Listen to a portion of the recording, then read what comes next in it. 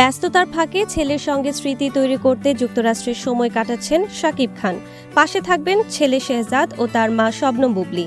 ঈদে মুক্তিপ্রাপ্ত শাকিব খানের সিনেমা তাণ্ডব দেশের গণ্ডি পেরিয়ে আন্তর্জাতিক পর্দায় চলমান।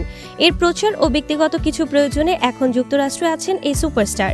গত ১৩ জুলাই ঢাকা ছেড়েছেন সাকিব। এরপর জুলাইয়ের শেষ সপ্তাহে তার দ্বিতীয় ছেলে শেহজাদ খান বীরকে নিয়ে যুক্তরাষ্ট্রে যাচ্ছেন বীরের মা শবনম বুবলি। জানা গেছে ছেলের জন্ম সংক্রান্ত কিছু কাগজপত্র হালনাগাদ এবং পারিবারিক কিছু কাজের জন্যই এই সফর।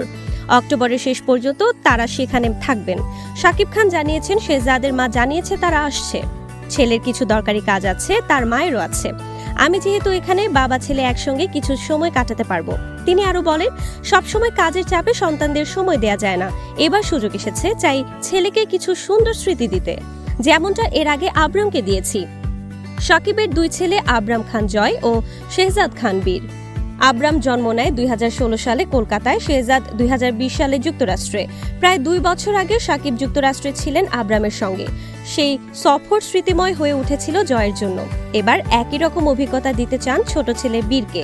আগস্টের মাঝামাঝি দেশে ফিরবেন শাকিব। তার আগ পর্যন্ত নিউ ইয়র্কে ছেলের সঙ্গে সময় কাটাতে চান একান্তভাবে। বললেন, ওরা আমার প্রেরণা, ভালোবাসা। বাবা হিসেবে সময় দেওয়ার চেষ্টা করি সবসময়।